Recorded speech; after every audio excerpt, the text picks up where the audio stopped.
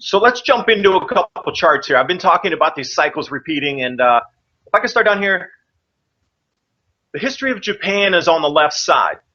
Now this goes through the different eras and periods of time when either the shogun were in charge or the imperial dynasty itself collapsed. And on the right side here are the overlay of the Chinese dynasties that collapsed. And you'll notice that the time frames are all during grand solar minimums. Every single one of these, when the temperature drops, dynasties and societies have a difficult time, and hungry people want change. So this history of Japan, when we look through the different periods, at 1185, you'll find that the Jin dynasty collapsed, and that was right inside the Mongol invasions as well. Now, why do you think the Mongols invaded? You got to ask yourself, why are these people moving around even back then when there were so few people on the planet? They went to invade other areas. They weren't just going out for fun to invade. They were searching for food and a different way of life because it was so cold and inhospitable. And when we look here at 1333, when we get into the Wolf Minimum, that was Yuan dynasty collapse.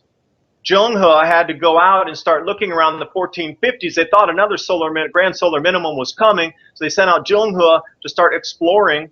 But that was only a small one, and it didn't actually metamorphosize into a large grand solar minimum. But when we come up into the 1600s, that's the Maunder minimum.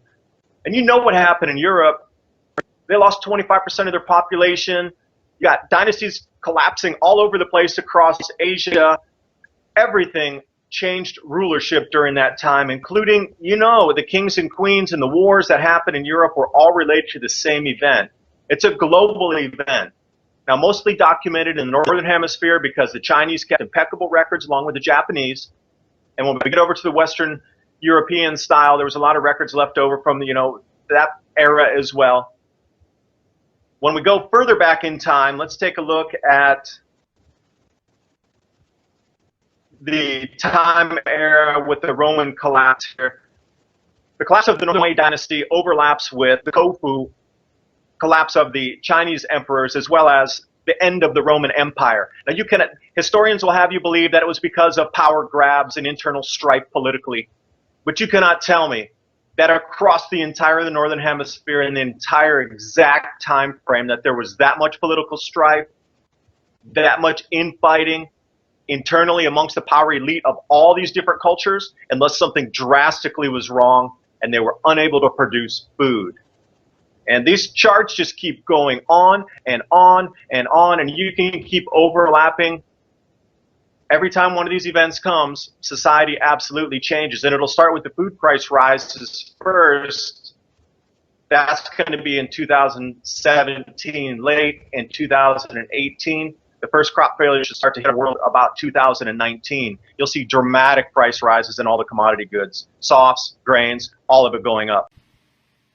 Now, why do you suppose the powers that be, we'll call them for the time being, why do you suppose that they're withholding that information? You've got to believe that if you're able to come up with this information, that surely folks at NASA and JPL and all the rest of these high-tech outfits around the world, they obviously have to know. So what's with this CO2 greenhouse gas?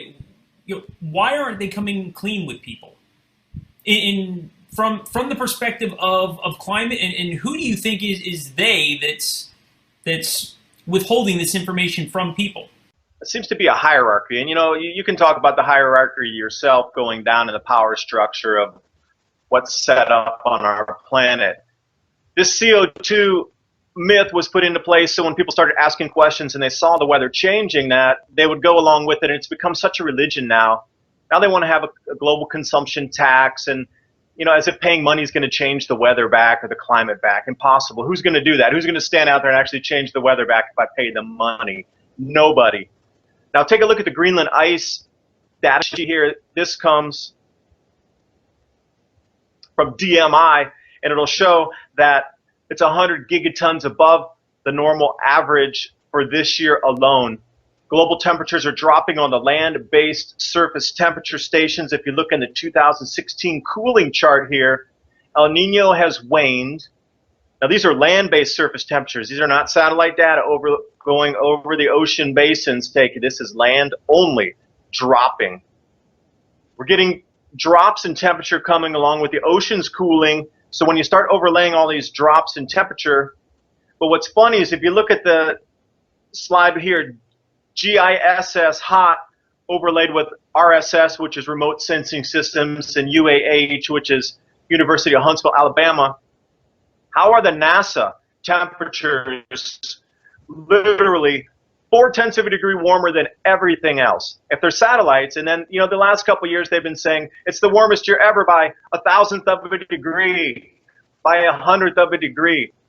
If satellites are that precise, how can there be such a variance between the NASA data, which is running 0.4 of a degree warmer than the other two satellite sets, which are pretty much in sync with each other?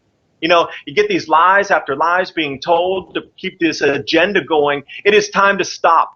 The people need to be warned so they can prepare. We need to start working together in communities, and I think that's what they're trying to prevent. They're trying to divide us further. They're trying to get us not to work together. And, you talked about the purpose of this. I'm not sure either what the end result is, why one is so divided. I just don't get it. Well, somebody asked me last night, it's clear from the data that you're showing that there is would you think, is it fair of me to say, a biblical change in the weather coming, and not for the warmer? We are in for a very rude awakening as a species because of how badly we've been lied to. Is that fair of me to say? It is, and I want to take you right over to the Younger Dryas period, and YD3 is the slide that I have here. There have been massive changes in our weather, and they always tell you, oh, it hasn't changed this much in the last 100,000 years. I'm going to say that is totally incorrect, so false that those people should lose their jobs for telling you such a fabrication. When we look at the Younger Dryas, temperatures dropped 20 degrees Celsius and then rose that fast again with just even a decade. There was a meteor impact over the ice sheet in North America. Randall Carlson gets really deep into this and shows in the Washington State area and how that runoff from that cometary impact also had a lot of debris that flew around. The same thing that we're going to be seeing soon with volcanic eruptions and the sulfur dioxide blocking out the sun. There was a drastic climate change that happened at that time, going cold, and then after about 200 years it warmed right back up. But not a little bit. It suddenly rose 20 degrees Celsius within 10 years. They always stop their charts at 11,000 years ago. Why do they do that? They don't want you to see the Younger Dryas, that there's been massive climate change that's happened before, and they just can't explain Japan moved 8 feet during that large quake where there was a 9.0. And we're told through all the geology classes we've ever taken that the plate tectonics, it can only ever move at like 1 inch every X amount of years. And it never varies from that, and it's always static. And then it jumped 8 feet in a single event. Kyushu Island jumped 3 feet in that secondary set of eruptions last year. There's way more going on our Earth's terrestrial systems, and it's not just the ebb and a flow where it increases incrementally every year and we can measure it. No. There are events, and these are what's going to occur right now. We are going to get cold fast. Well, it makes me wonder if because, and it leads me back to what somebody asked me about last night, and that's somebody asked me if it was possible that, because I had done an article that explained how the uber elites, they're spending on these multi-million, one of them in Texas, $300 million doomsday bunker that these millionaires and billionaires are constructing at a rate of 700% more this year than any other year in the past.